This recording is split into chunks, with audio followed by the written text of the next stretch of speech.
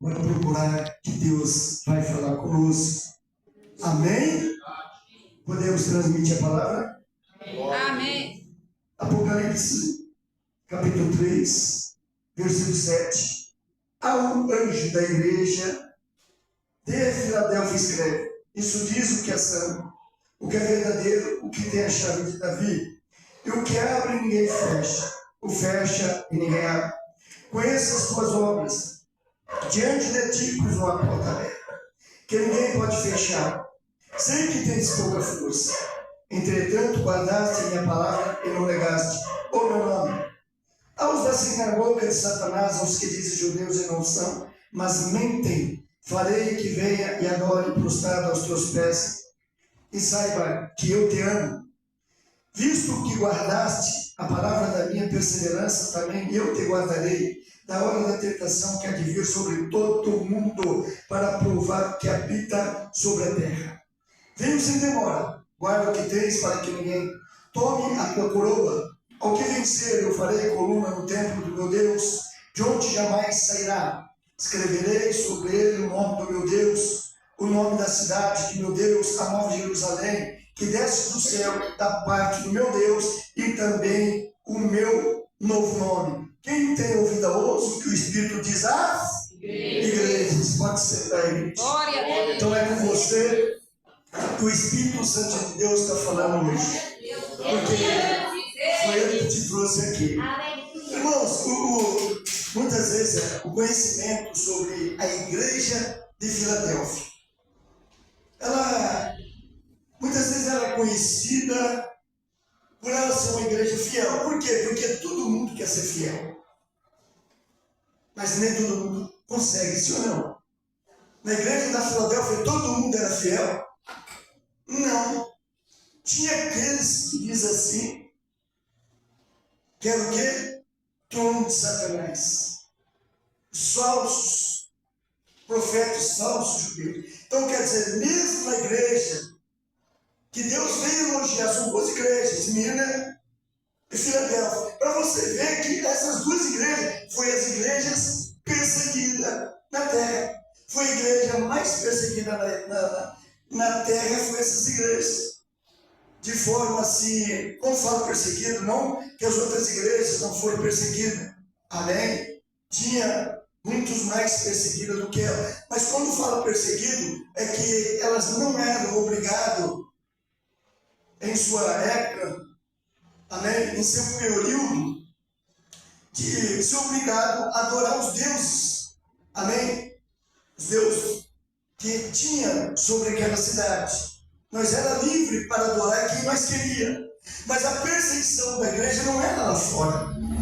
A perseguição da igreja era dentro da igreja, onde tinha esse grupo de pessoas que são falsos judeus, que tentavam perverter a fé dos fiéis, que acreditavam no sangue de Cristo, na remissão dos pecados e acreditavam na ressurreição. E hoje tentava perverter a fé daqueles. Mas tudo bem. Quando a igreja é fiel a Deus, ela é fiel e pronto, acabou. Pode vir contra você, porque é tipo de evangelho. Quando você conhece o evangelho verdadeiro de Cristo no teu coração, nada pode perverter a tua fé. Pode falar, a partir de hoje essa igreja pode fazer o que quiser. A palavra diz que tudo é lícito, mas tudo convém. O apóstolo Paulo diz que nem se convém farei alguma coisa que perverte a fé da igreja cristã. Pode mudar, né? Muitas pessoas usam da sua fraqueza, né? Do seu falta de compromisso com Deus, que nós estamos em nova era, que agora a igreja é moderna, a igreja é tecnologia, mas a palavra do Senhor é a mesma. Será eternamente. Então, ela não muda no coração dos verdadeiros fiéis, só dos falsos cristãos. Que os cristãos seguem o tempo e período, não seguem Jesus. Mudou e muda junto. Entendeu? Desvia do caminho e desvia junto. Mas a igreja do Senhor, Filadélfia, não. Ela guardasse a palavra da paciência. Ela era perseverante à palavra de Deus através do Espírito Santo de Deus. E o que o povo conhece também da igreja de Filadélfia, quando pessoas fazem campanha, vai pregar sobre a igreja de Filadélfia, a primeira coisa é que ele prega. Eu abro porta onde não tem porta e fecho porta onde tem porta. Que porta é essa? A maioria que vem e que prega sobre essas portas, eles falam de porta do quê? Da prosperidade. Então a campanha, Deus abre porta, não tem porta e fecha. Opa, Deus vai abrir a porta para mim no melhor emprego. Deus vai fechar a porta de tal para mim. Não, irmão, não é essa porta que Deus está falando, não. Não existe aqui essa porta, não. Se algum pregador for pregar que Deus está abrindo essa porta para você, é mentira. Sobre esse contexto, não. É óbvio que Deus abre porta, não tem porta, e fecha a porta, porque quando fala assim, é a vontade suprema dele na sua vida. Quando ele é na tua vida, e se Deus faz alguma coisa na tua vida, ninguém pode mudar o plano de Deus na sua vida. Mas não deixe se enganar por esses hereges que corrompe a igreja do Senhor. Porque a palavra de Deus é tudo. E eu sou acostumado quase em todas as pregações, é forte essa palavra para mim, e ela que me sustenta. Buscar primeiro o reino de Deus e a tua justiça. E depois, as demais coisas serão acrescentadas. Se nós buscamos o que é de Deus para nós, para nos proteger do mal, Deus nos guarda do mal. E abre para nós a porta que nós precisamos. Mas o que eu quero trazer aqui, irmãos, é referente a que porta é essa? Quem que é a porta? A porta é Jesus. Foi isso que eu disse a semana passada. Quem que é a porta? Porta significa o quê? Entendeu? Poder. Chave significa o quê? Autoridade, poder. Isso está na sua mão. Só você que abre, só você que fecha, acabou. Então Jesus, ele era autoridade, ele era poder sobre todas as coisas, sobre tudo na vida do ser humano. Amém? Então, aí, as pessoas, ela traz outra versão para poder se favorecer na sua campanha, no seu culto. Aí. Essa palavra tem que ser pregada verdadeira. Vamos ouvir o que Deus tem para nós o melhor. E o que Deus tiver de fazer para mim e para você hoje aqui, Ele vai fazer, sem mesmo nós perceber. Sem nós perceber. Você acha que para Deus te abençoar, você se revela? Você revela para quê? O que significa muitas vezes a revelação de Deus? Para te preparar para que você venha despertar naquilo que Deus vai te abençoar. Não para cruzar o braço, falar, opa, agora não precisa fazer mais nada. Jesus já me revelou. Não, não é dessa forma a revelação também. Amém? E Deus revela sim o que está acontecendo, entendeu? Na vida da pessoa. Revelação, profecia, coisas futuras, coisas que vai acontecer na vida da pessoa e que Deus quer eliminar no presente. Para que se for mal não venha acontecer. E se for bem, Deus já está preparando o teu caminho para te abençoar. Então aqui nós vamos continuar no versículo 8. Conheça as tuas obras. Deus conhece as obras de cada um, sim ou não? Seja boa ou seja mal, Ele conhece. Ele diz aqui, diante de ti pus uma porta aberta, que ninguém pode fechar. Amém? E sei que tem poucas forças. Entretanto, guardasse a minha palavras e não negasse o meu nome. Quando ele fala aqui que conhece as tuas obras, ele conhece. Agora, ele pôs, dependendo das obras que nós praticamos, ele pôs diante de nós uma porta. Agora, nós vamos ver que porta é essa. Amém? Porque nós estávamos aqui, esse é o sexto período da igreja da face da terra, Filadélfia. Não é porque o sexto período de 1730 a 1900 seria 2 séculos, século de 19 e 20 naquela época, onde a igreja era a igreja missionária de Deus. Ela é considerada a igreja missionária. Amém? Era a igreja que estava abrindo as portas para o evangelho. Essa é a história. Onde ele levantou ali 40 judeus estudados, né?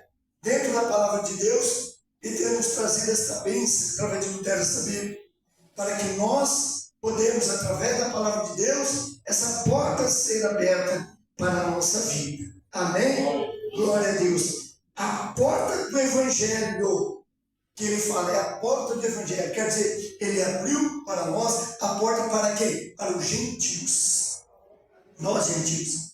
A porta foi aberta. Através de quem? De Cristo. Cristo é a porta. Ele que abriu. Com o teu sangue na cruz do Calvário, ele abriu a porta do Evangelho. Para quê? Para que nós tivéssemos o direito. Eu estava pregando ontem, na Detroit, preguei sobre o tanque de Betesda. Amém? E estava falando que naquela época, nas 3 festas que tinha, que era a mais pequena, Purim, a média seria da Páscoa, que é do Pão Ázimo, e a mais evoluída, que era da primícia. Antes que ali tinha fosse porta, né?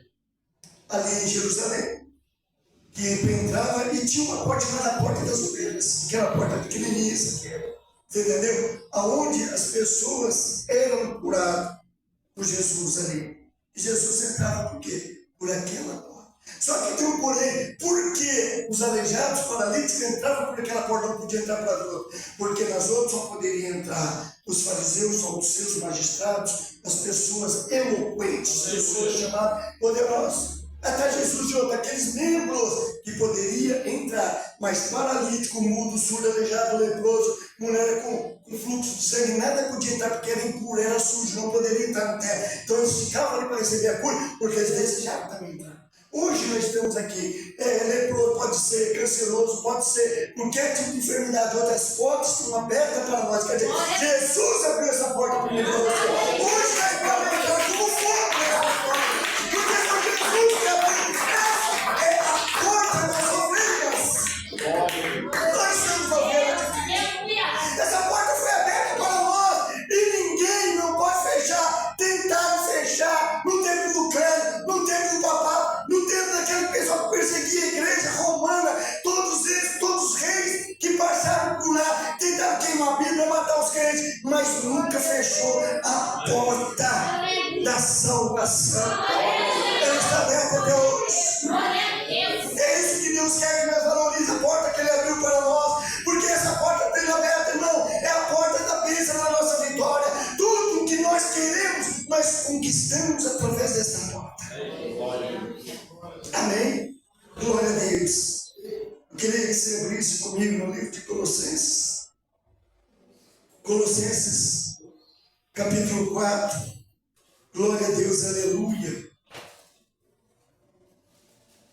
Colossenses, capítulo 4. Filipenses, Colossenses 4, 3. Amém? Glória a Deus. Diz assim a palavra do Senhor. Orai também juntamente por nós, para que Deus nos abra a porta da palavra, a fim de que falamos do ministério de Cristo, pelo qual estou preso, diz apóstolo Paulo. E vamos em Atos 14, amém? 14, 27, amém? Vamos lá relembrar Atos 14, 27 também. Glória a Deus, aleluia.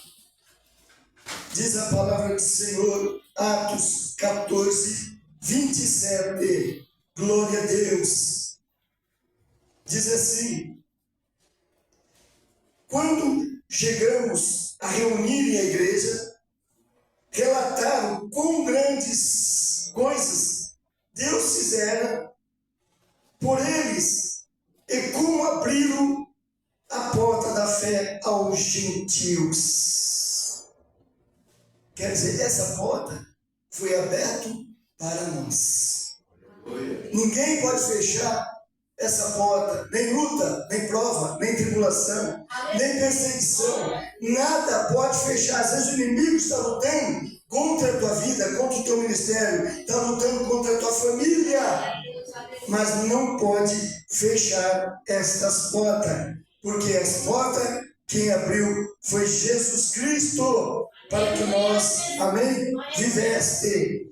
Por isso que ele diz assim, guardar a palavra, amém? Quando ele diz guardai a palavra, ele diz guardai a palavra da minha paciência, porque a palavra de Deus é que nos sustenta diante deles. A palavra de Deus é que faz nós compreender e entender qual que é o significado, amém, do Evangelho de Cristo para a nossa vida. E hoje está difícil. Hoje está difícil, irmão. Porque você não sabe mais em quem acreditar. Se você pega ali o seu celular e vai vasculhando ali Facebook, todas as mídias, você vai ver cada pregação, cada coisa, você vai ver cada escândalo, cada pouca vergonha. Isso faz o quê? Que nós deixamos, se a pessoa não tiver, for fraca, não tiver conhecimento da palavra de Deus, ela vai desacreditando no Evangelho de Cristo. Ela vai se entregando os pontos. Vai chegar no ponto que ela vai acreditar naquilo e vai começar a compartilhar aquilo, achando que é tudo. Irmão, misericórdia, Satanás é sujo. Às vezes você acha tão natural aquilo que muitas vezes você acredita, acha que não tem problema, está tudo bem. Porque o diabo tem sua maneira de trabalhar. Mas a palavra diz que o Evangelho de Cristo é o Evangelho por onde nós entramos da porta das ovelhas. Aquela porta apertadinha. Se você querer até consultar, não é verdade, pesquisar, a porta das ovelhas, ela era de 1 metro mais ou menos, 60 centímetros de largura por 1 metro de altura. Por quê? Porque as ovelhas eram pequenininhas, então entravam por ali. E ali ficou essa porta. Quer dizer, o que significa isso? A porta da salvação, ela é estreita. Ela não cabe bagagem. Amém? Então nós, quando viermos para o Evangelho, pelo convite de Deus, a bagagem nossa, ela é grande. E ela tem que deixar tudo para trás. Quem já mudou de casa aí? Quem já fez mudança? Levanta a tua mão. Quando está tudo dentro da tua casa, está tudo arrumadinho, tá? Quando você vai mudar de casa isso aquilo, você assusta. Quanta bagagem tem? O que você faz? Um monte de joga fora. Tira o excesso de bagagem da tua vida. Assim é quando nós vamos para Cristo. Nós arrancamos o excesso dessa bagagem de nossa vida. Amém? Glória a Deus, aleluia. Irmãos, aqui no Apocalipse, continuando, 3:9, ele fala assim, a sinagoga de Satanás, aos que dizem judeus e não são. Amém? E mantém, ali, ó, e mantém, mas mantém, amém? E mais mentem, e farei que venha e adore prostrados aos teus pés. Quer dizer, quando ele fala isso, irmãos, amém? Ele fala dos judeus que lutaram contra a igreja para perverter o povo na fé. Amém? Levando um evangelho falso, mentiroso, para que as pessoas se prostrassem na fé, não acreditassem no evangelho da salvação através do sangue de Cristo, através da ressurreição. Então eles pervertiam a fé do povo. Mas só que a igreja do Senhor, como a igreja de Esmirna, ela tinha uma observância sobre si. Ela sabia qual que eram as obras daquele grupo. Não eram as obras que Deus tinha ensinado. Então quer dizer, eles não deixaram se levar para se contaminar com aquilo que aquele grupo dos falsos judeus estava propagando sobre a igreja. Amém? E aqui também, ela chega a me dizer nesse mesmo versículo, amém? Que ele diz aqui, ó, farei que venha e adore prostrado a teus pés e saiba que eu te amo. Amém? Não é a igreja que vai prostrar aos pés de ninguém. A igreja não vai prostrar aos pés de ninguém. Porque a igreja, quando fala igreja do Senhor, é a igreja do Senhor, é a igreja dos salvos, dos fiéis, o que vai para a glória. Aleluia. É esse. É a igreja do Senhor, é o que vai para a glória. É o que vai ser arrebatado, o que morreu vai ser ressuscitado e vai unir no grande tribunal de Cristo para ser julgado as tuas obras. Você entendeu? É a igreja do Senhor. Agora, aqui, o que eles querem dizer, está lá em Apocalipse 6. Amém? Não sei se é 6, 14, 17, que fala, entendeu? Do grande dia da tribulação. Quem que vai adorar, que vai prostrar diante dos teus pés? Ele diz, é aquele que eu amo, o seu povo, o povo de Israel. É o povo que Deus levantou na terra para que o nome dele seja glorificado. Vai ser um dia do arrebatamento onde a igreja do Senhor descerá. Amém? E eles prostrarão aos pés da igreja do Senhor. Não é a igreja que vai prostrar sobre ninguém. São judeus. São aqueles falsos judeus. São aqueles que não creram no Evangelho de Cristo. Eles se arrependerão e eles subirão, prostrarão, porque Jesus diz: eu te amo. Mesmo no pecado, Jesus, eu te amo. Se prostrarão aos meus pés. E foi aonde haverá o perdão para eles também. Você vê, irmão, que interessante que Deus levantou um povo separado para ele, o povo de Israel, o povo judeu. Para que Deus levantou esse povo? Para que nós poderíamos ter esse benefício. Foi através dele. Primeiro o quê?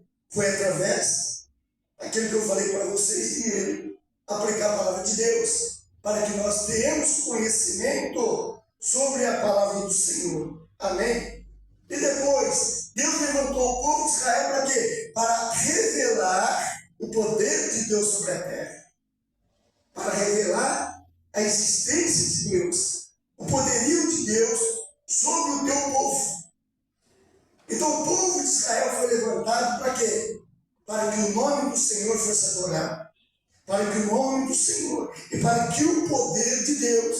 E depois, qual que é a terceira situação que ele levantou? Para que o povo se humilhasse perante a Deus e reconhecesse o seu fracasso e a sua miséria. Para que Deus pudesse ter misericórdia e compaixão desse povo e viesse através da tua palavra.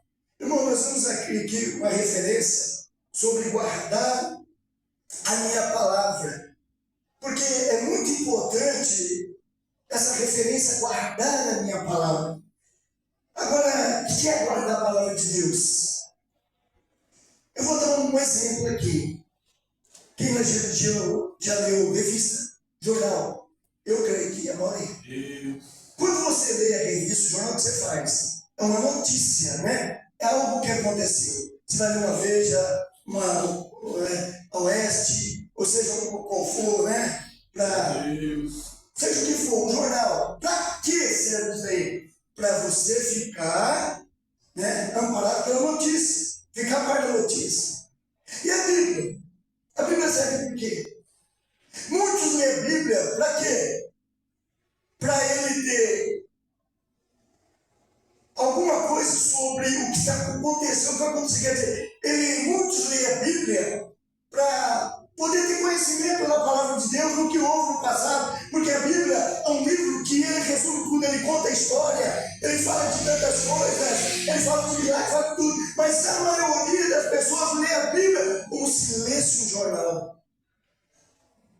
Você entendeu? É por isso que muitos se dificultam com Deus, porque lê a Bíblia para ter um conhecimento da palavra de Deus, para saber se realmente vai ver o que aconteceu no passado, como que foi o povo de Israel, quem foi curado, por que foi curado. É aqui no livro de Apocalipse sobre a revelação do que vai se cumprir para nós até a vinda de Cristo. Agora a Bíblia não é para nós ler como, irmão, um noticiário, algo que nós precisamos saber. Sim, nós temos que ler a Bíblia, mas para quê? Para que nós vivemos ela em nós. Para que nós vivemos a palavra de Deus em nós. A Bíblia serve como cristão para isso, para nós viver, não relembrar o que aconteceu, para que ela seja viva em nossos corações. Amém? Aqui no livro Mateus 7, 24. Amém? Deixa eu ler aqui Mateus capítulo 7, 24. Amém? Mateus 7, 24 ao 27. Portanto, todo aquele que ouve a palavra e as pratica será semelhante aos homens prudentes, que construiu sua casa sobre a rocha. Desceu a chuva, transbordaram os rios, sopraram os ventos, bateram contra aquela casa, mas contudo ela não caiu, porque porque estava edificado sobre a rocha. Agora, aqueles que ouvem essas minhas palavras e não praticam, serão comparados com os homens insensatos que construiu a sua casa sobre a areia, desceu a chuva, transbordaram os rios, separaram os ventos e bateram contra aquela casa e caiu, e foi grande a sua queda. Terminando Jesus e proferindo essas palavras, as multidões ficaram maravilhadas com os seus ensinos, porque ensinava como quem tinha autoridade e não com os mestres da lei. Olha a comparação. Quando ele diz que ele pregou com autoridade, ele pregou o quê? A palavra que vivencia a nossa vida, que nós vivemos. Não com conhecimento dos mestres, que apenas prega a palavra, mas não vive. Pregar é uma coisa. Pregar aquilo que todo mundo prega. Eu vejo cada um pregar bonito com autoridade. Mas quando você vier fora desse público, não é nada daquilo que ele pregou. Então não adianta nós pregar algo, amém, e não viver. Viveremos a verdade, que a verdade vós. A maior libertação que tem é nós viver a palavra de Deus. Agora, não importa o que você veio fazer aqui, você veio buscar. Sabe por quê? Porque foi Deus que chamou. E você sabe o que está fazendo? Enquanto você está com o teu ouvido atento à palavra de Deus, você sabe o que Deus está fazendo na tua vida agora? Você sabe o que Deus está fazendo dentro da tua família lá, na vida do teu filho, do teu esposo, do teu pai, da tua mãe, daquele que está chamado lá? Deus está operando! Não está em vão a presença de Deus na nossa vida. E para mim, pastor, que eu estou aqui, se tem fé, receba o que você veio buscar nesta noite. Pode receber como profecia nessa noite para a tua vida. Receba, porque se Deus se trouxe, é porque alguma coisa que já está fazendo na tua vida. Porque as coisas de Deus não são em vão. Amém? A palavra de Deus começou lá em Êxodo, irmão, com Moisés. Primeiro, qual que foi a palavra de Deus? Os 7 mandamentos, os 10 mandamentos.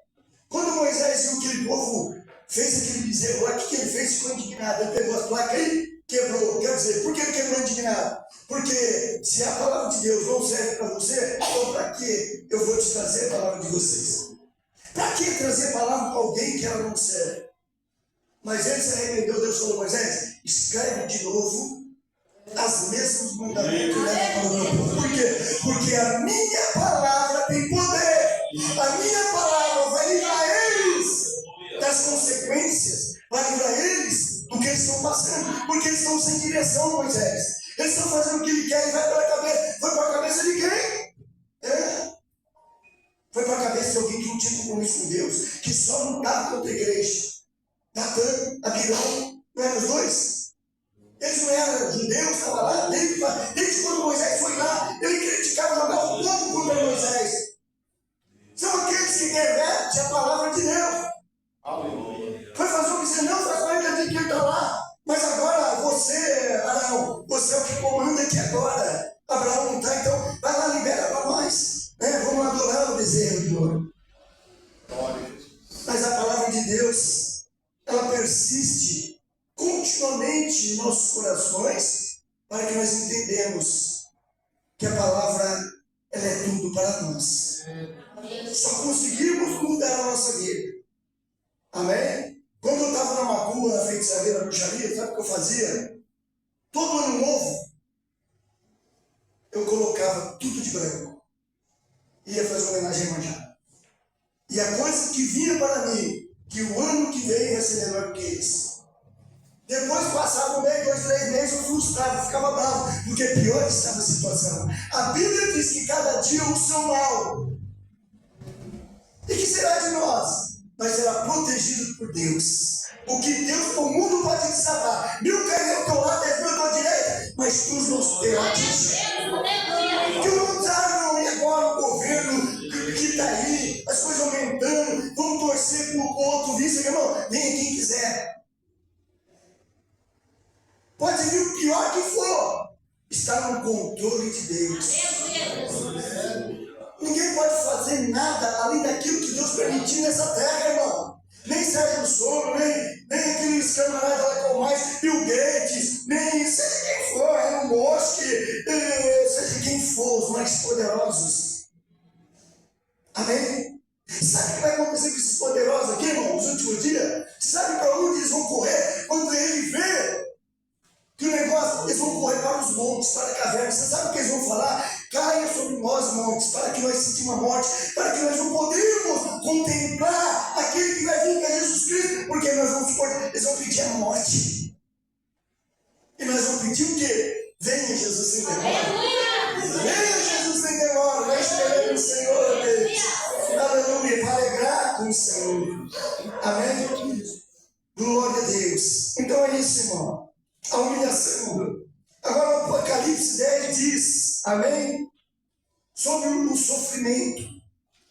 O versículo 10, amém? Ele fala sobre o sofrimento dos cristãos na terra. Quem não sofre, né, irmãos? Quem não sofre. Ele fala sobre o sofrimento dos cristãos na terra. E não tem aquele que não sofre.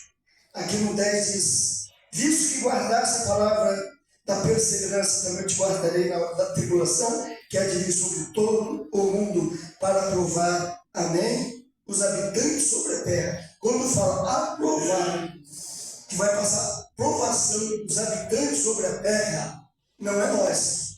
Ele vai guardar nós, mas vai estar junto com ele na glória. Um dia o irmão veio perguntar para mim, pastor, eu já perguntei para várias pessoas, o cristão vão passar luta, prova na terra no dia da grande tribulação? Eu falei, não. Ele falou, por quê? Porque a igreja estará com o Senhor. Só vai ser aqueles que não deram ouvido para Deus, será mais um pouquinho provado. Aí vai vir a tribulação contra ele. E ele vai ter o quê? Se quiser ser salvo, negar o anticristo e adorar a Deus com o seu próprio sangue, com o seu próprio mártir, até a morte, se quiser ser salvo. E olha que hoje nós já somos salvos, remidos pelo sangue de Cristo. Jesus já morreu por nós na cruz. Aleluia. Não precisa mais.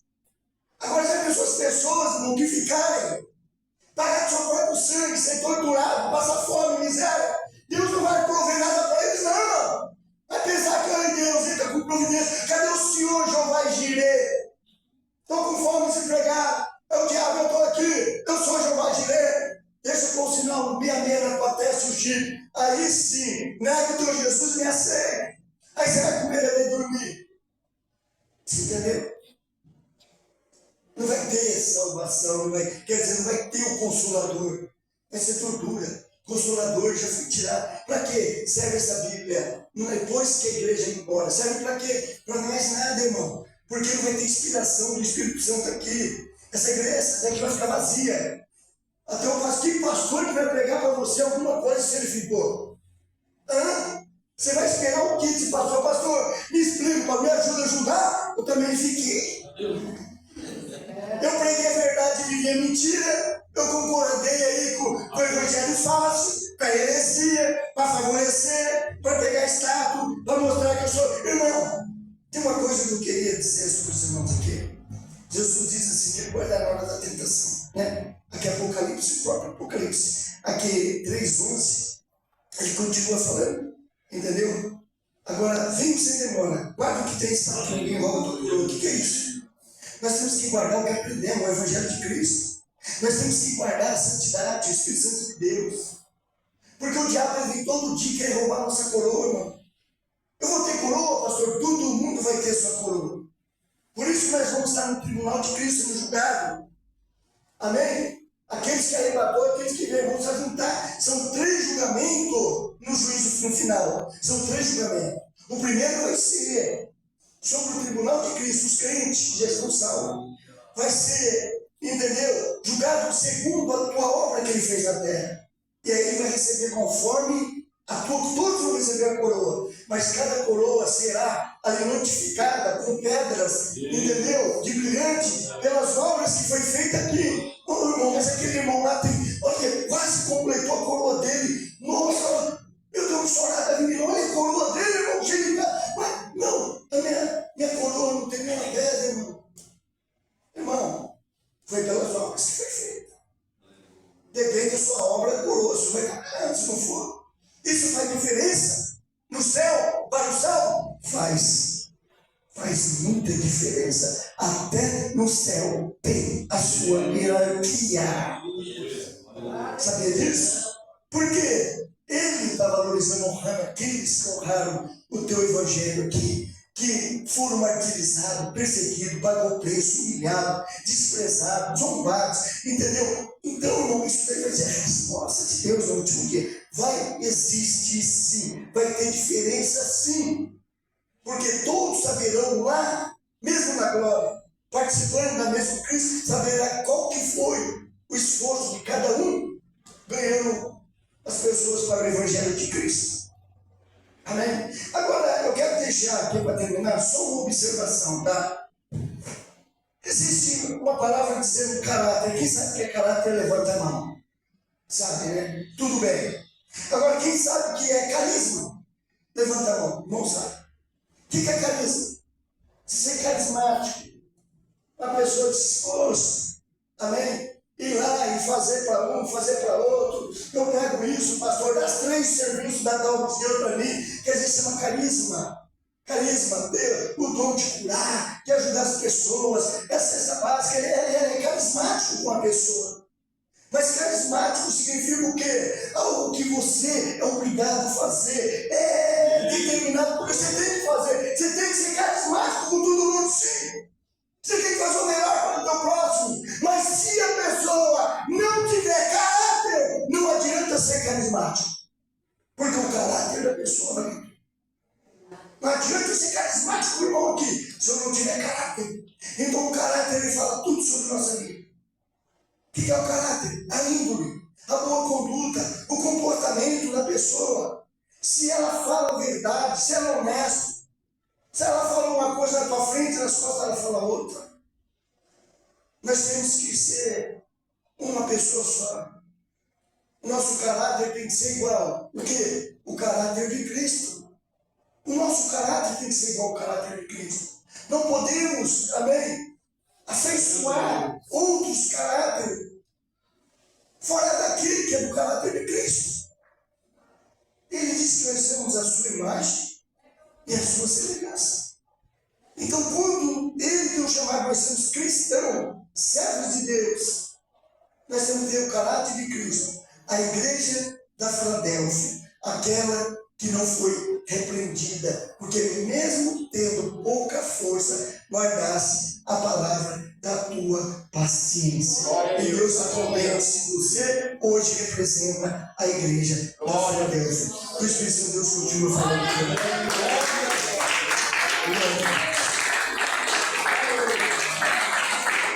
um minutinho de pé, vamos fazer uma oração. Senhor, meu Deus e Pai.